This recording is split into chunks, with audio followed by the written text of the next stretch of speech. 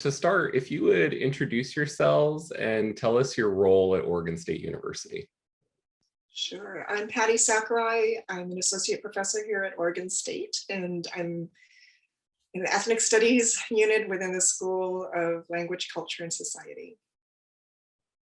My name is Ron Mize. I'm a professor of language, culture, and society, and currently the coordinator of ethnic studies.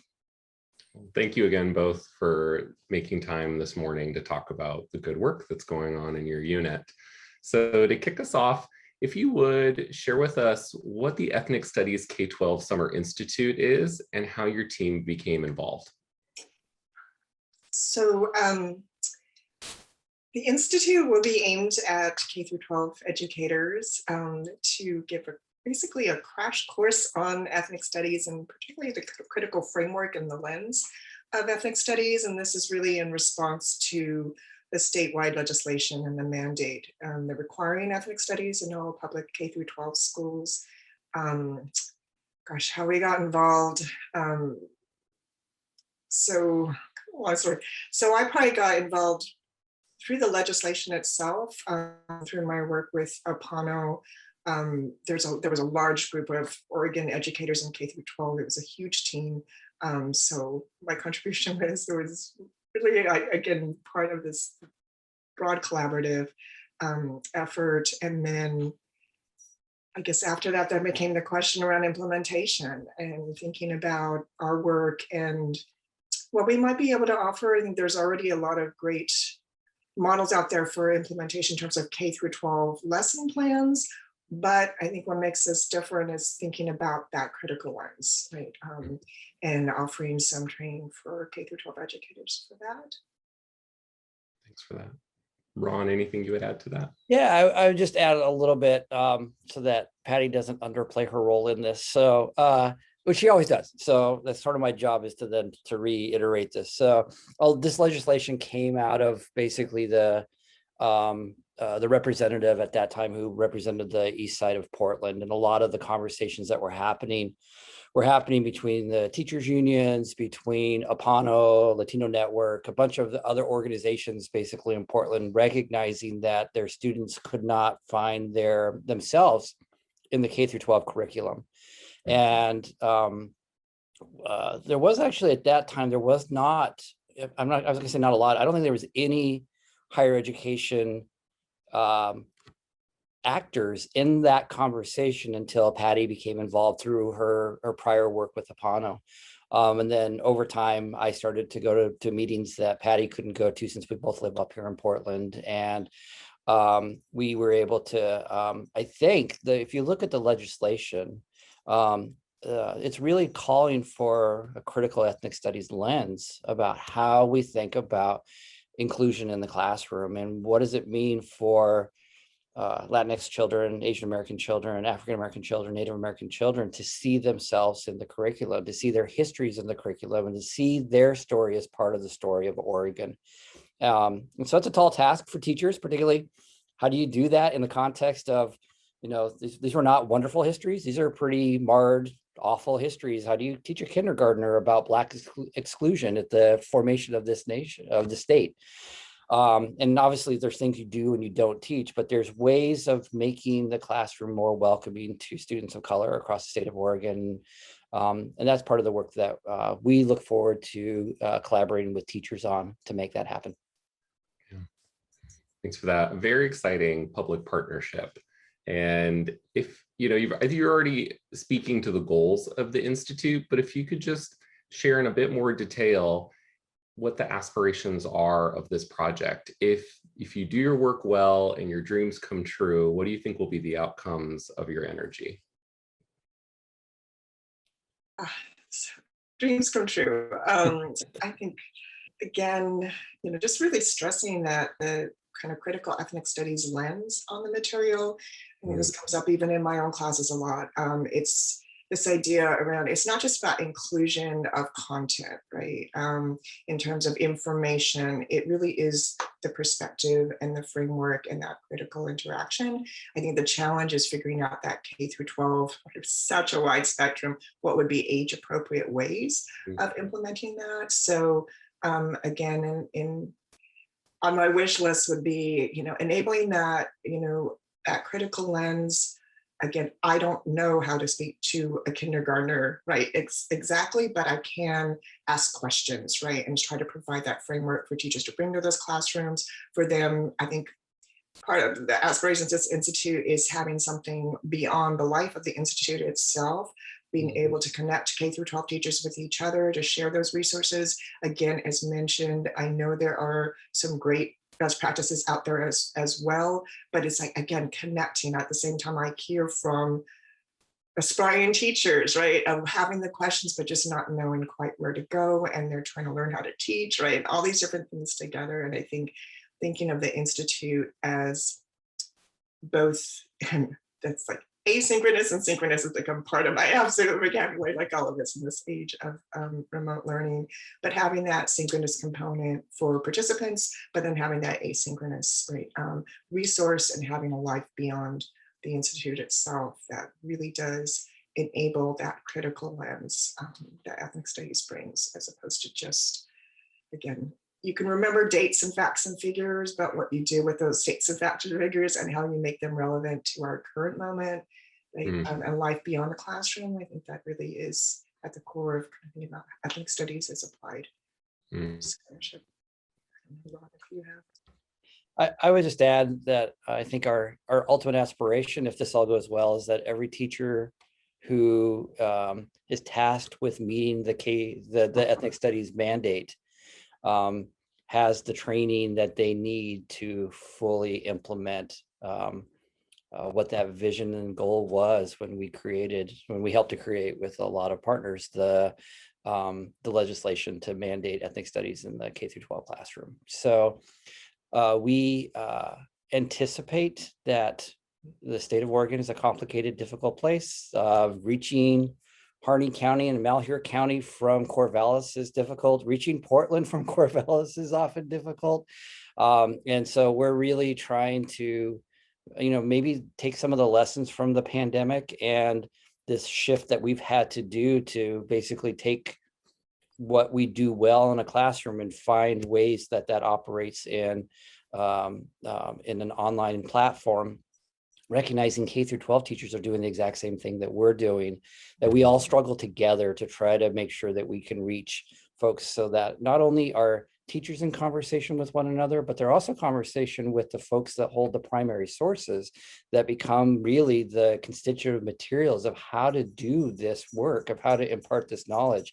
And so I'm hoping that local historical societies, that local museums, that really need to be at the forefront of this conversation of what materials they have available, that teachers can really create curriculum that's relevant to their town, to their county, to their communities in ways that we may not necessarily be able to do, given the limited bandwidth of being at Oregon State University and being so far away from the rest of the county. So our hope is that we're able to really employ all the tools that we've learned over the last year and a half to reach every teacher that we could, that wants that opportunity to learn how to teach ethnic studies. Yeah, it's exciting. Just to check with you on, like, my impression of what I'm hearing is that the development opportunity you're offering to teachers is very comprehensive, that you're aiming to grow their capacity to wield new curriculum, but also growing their pedagogical approach, the relationships they have with students, holding tense social and political conversations. I'm also hearing maybe this investment in place-based pedagogy and drawing upon the resources and the relationships of those around you. And then in addition to all those things, maybe cultivating a career-long relationship with faculty and experts like yourselves and institutions like Oregon State. Is that an accurate kind of impression? That's a big aspiration, but yeah, we pull that off. That's exactly what we're aiming for. Okay. Well, great work. And Ron, you started speaking to this already, and if the two of you would care to elaborate, how has your work adapted in response to the pandemic, if at all? Yeah, so I'll do a little bit of this. So Patti was at the front lines of this. We were ready to launch a year ago. We were so excited pre-COVID that we would have the Summer Institute ready to really sort of correspond with the Oregon Department of Education mandate that the ethnic studies curriculum really sort of be implemented. And like all things with the pandemic, everything got basically pushed off for a year. So Patti went through all the conversations to set up professional development opportunities so that people can get credit for it. That we started conversations with our partners in College of Education who are really good at sort of this, who understand sort of what professional development units are and all the sort of the language of teachers of how they can have their districts pay for their training, all that kind of stuff. And all of that was, it felt like we were, if not fully aligned, we were ready to go so that we would have been able to launch last summer. And, like all things pandemic related, the wheels just came off and we were like, well, what is this going to look like if we do this online? What do we, we had to ask a whole new set of questions, and everything that was pretty set in stone really sort of crumbled pretty quickly because of just the reality we couldn't do it the way that we had been planning to do it. So I'm sure I'm missing parts of it, but I still, shake my fist angrily at the pandemic of we were ready to go and ready to launch, but there's an opportunity that came out of this. So that opportunity that came out of this is that we're now partnering this year with the Difference, Power, and Discrimination program and the DPD Summer Institute, which is normally teaching university professors outside of areas like ethnic studies, how to do some of this work so that they can employ DPD content in their field of study in the STEM fields and in other places. And there's been a bit of a pause on that for just this year, so that we were able to bring in the folks that we're aware of and folks that we're not necessarily aware of, who want to think about this K-12 Studies Summer Institute outside of ethnic studies, so that we have the opportunity to bring the expertise across the entire campus together into conversation. And that's how we're going to start the summer, is having, I think, some very fruitful new conversations about how teachers who've been maybe teaching Oregon history for the last 15 years on this campus, or who've been teaching issues around race and ethnicity in forestry, or and so all of those folks we're able to be able to bring them together with the support of DPD, to really think about what this critical ethnic studies lends to them, as well as it will lend to K-12 teachers. Wonderful. Patti, anything you'd add? I guess I think I keep flashing back to being at the Portland Center, where we were going to do the inaugural institute at the Portland Center, sitting there getting excited, Martin looking at the spaces, and then envisioning, and when can we book? So yeah, definitely this idea of the wheels coming off. I wish I could say that it was a seamless, like taking that momentum and thinking about an online, because certainly we'd already been thinking about variations on this in terms of delivery. Back to Ron's point, people within the Willamette Valley might have resources at hand and in terms of proximity to be able to attend, but what does it mean to connect with teachers more in more rural areas who don't necessarily have as many resources? So I think it helped in thinking of that by fours. So definitely thinking about that component, but certainly like during the pandemic, definitely. I'm hoping that DPD, I think today's workshop has been helpful in trying to think about regaining that momentum and reconnecting with people from the College of Ed. I know they were also looking at programming coming out of their Holocaust summer programming a couple of summers ago. And yeah, so again, restarting those conversations. Well, I admire your flexibility and responsiveness. And we don't have a choice. Right.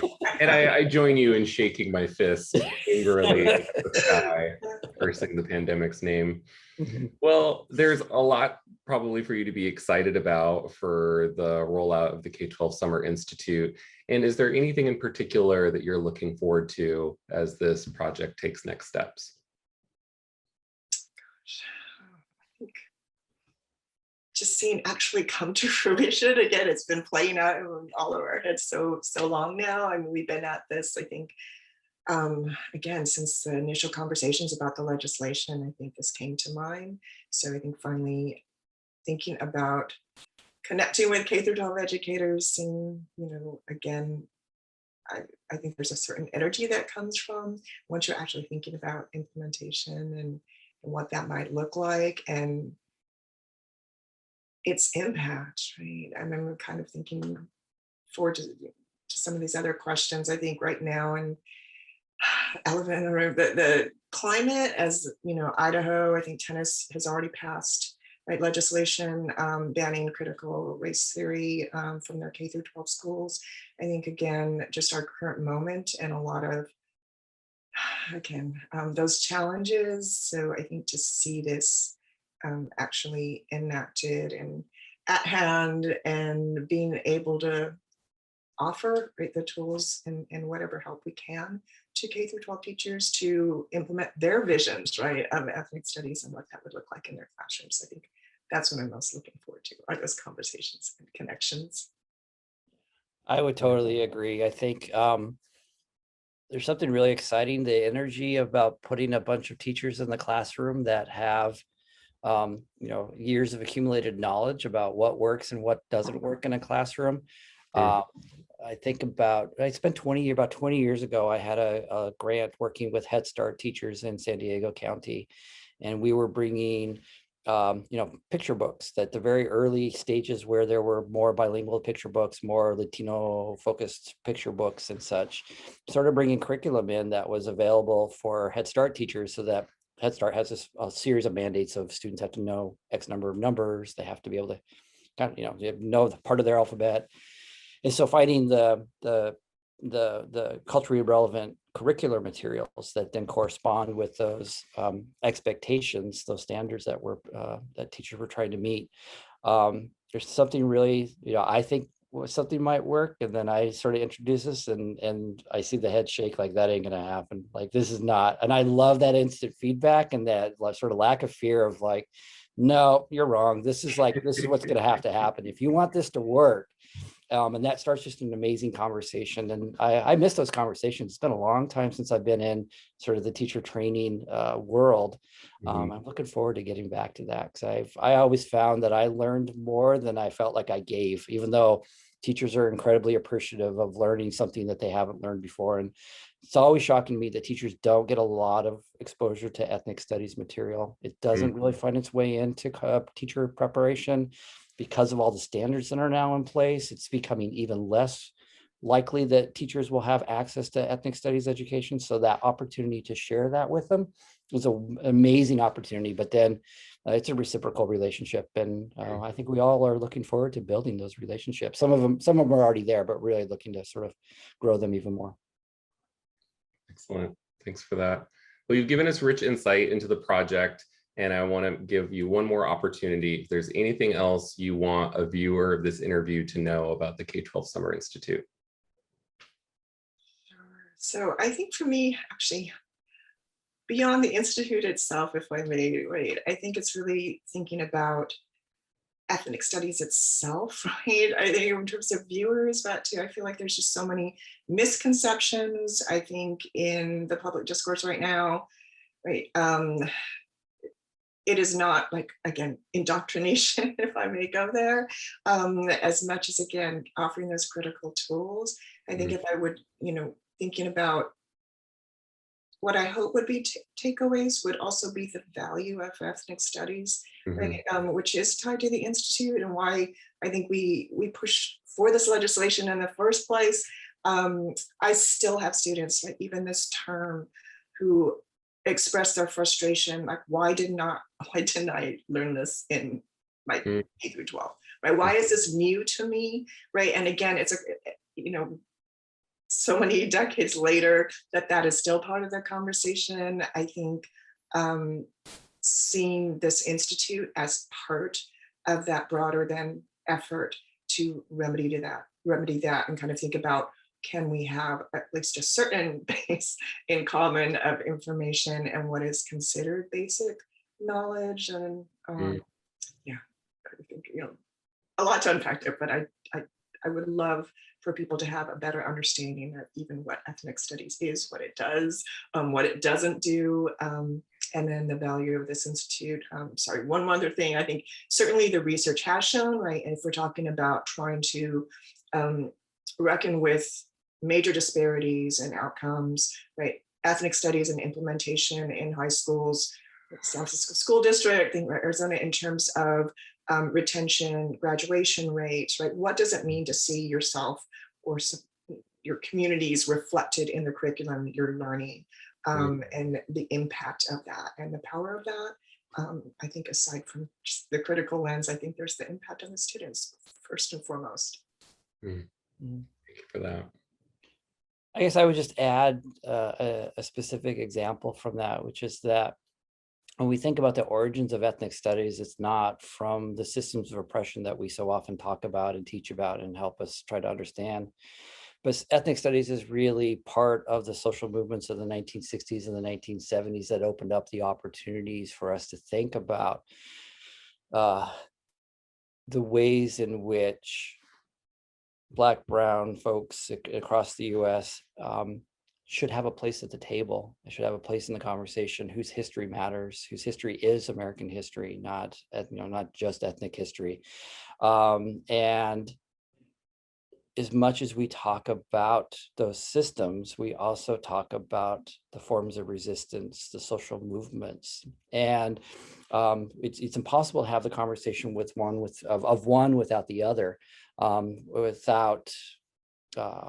There's simply no oppression that exists in the world without resistance. And we always keep that balance in place, which I think is what's often lost in people not understanding how ethnic studies operates. And I think about the events over the last year, in addition to COVID, the racial reckoning that this nation has had to deal with, that is long in coming. And it's a very old story that we keep retelling as if it's a new story. And even in that story, we are not telling the fact that it's not only about police brutality and systems of oppression that are embedded in our criminal justice system, but it's also about the movements that call it out, the movements that say, "Ya basta, enough is enough." And this is how we see social change in this country. It's with those reckonings that we see the movements demand that we need something better than what we've done before.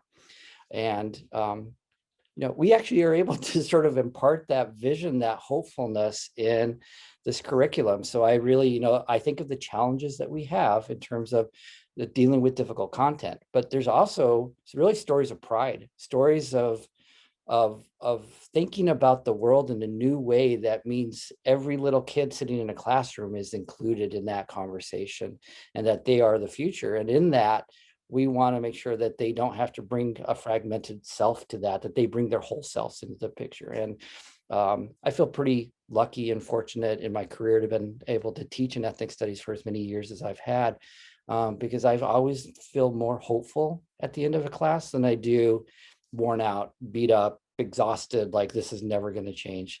And that hope is something that I think you'll see through the entire K-12 studies, Ethics Studies Summer Institute. And I look forward to imparting that hope to teachers as well. Thank you both. Well, my last question is a space for you to talk about any additional work coming out of ethnic studies that you want to inform viewers while we've got you on camera. And what stands out to me personally about the K-12 Summer Institute is that this is above and beyond just the extraordinary contributions you all already make within the university, right, to our students and for our faculty and staff, and now to be extending out far into this public sphere in addition to your scholarly communities. You want to talk about the 900 other things you do? Anything on the list? This is your time to just gab about it. Yeah, no. So there's I'll try to give you sort of a little thumbnail, in addition to what we do as educators in the classroom. We're full-time researchers, we're full-time service contributors to the university, all of it. And there's simply not enough hours in the day to do the work that we all do. And that's sort of the nature, I think, of higher education and the expectation that we do work 24 hours, 7 days a week. But I think in that, sort of the pressures of it, that's sort of one of the fun things is a lot of this doesn't feel like work. So we've been part of a living learning community that has sort of been a partnership with dining and housing services, with EOP, ethnic studies really providing an academic content to that. I'm sure I'm leaving out other organizations that are a part, because we tend to do all this work together, but we're providing an opportunity for students at Oregon State University to find their home immediately. And so this is again the thing that we tried to start during COVID, of course, which was always fun.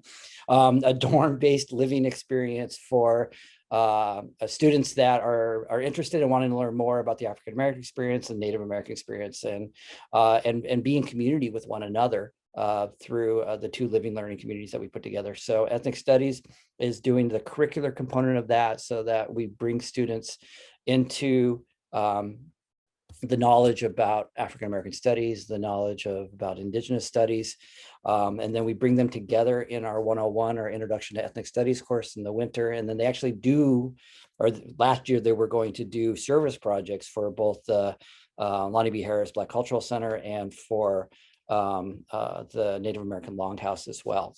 Welcome to COVID. That actually didn't happen. We're not even sure if it's going to happen this year in terms of the service projects, but bringing community together in ways that we can learn from one another in a comparative fashion is really one of the core things we do in ethnic studies at Oregon State University. And to be able to create that as a living learning community, as an experience for first-year students that often really struggle to find their place at Oregon State University, that often are occupying a space that's a predominantly white institution in ways that they've never expected to occupy before, and then with very little supports and very little community to be in conversation with. And we're really trying to address those issues at the same time, building this really, I think, amazing community that's going to carry through to next year as well. And hopefully we can do the full vision of what we wanted to, with students actually living in dorms and students actually communicating with one another, and classes actually happening where in person, where they can actually meet each other, see each other, and get to know their professor and such. So that's one of the exciting things that we're up to. We also, everyone's doing their research, everyone's doing their teaching, everyone's doing everything else, and those things will be exciting as well. But the moments when we have that opportunity for collaboration, where we're able to really sort of, I think, enact the vision of what we want ethnic studies to be at Oregon State University, I think are the most exciting times for us as faculty. And we already know great work going on amongst many of our diversity and inclusion partners across campus. So those opportunities for the collaboration I think are even more exciting for us, because again, it's a place where we get pushed and like, no, that's not going to work, Ron. Like, we can't do that in the dorms. Like, no. You're not thinking about all the other stuff, because I tend to think more academically, curricularly, like, we got to learn this, we got to know this. And sometimes that gets in the way of people being their whole selves. So I get that. And it's nice for people that are much more specialized in that. What did I miss, Patty? Nothing to add. Got it all. Well, thank you so much for taking this time to share about your great work.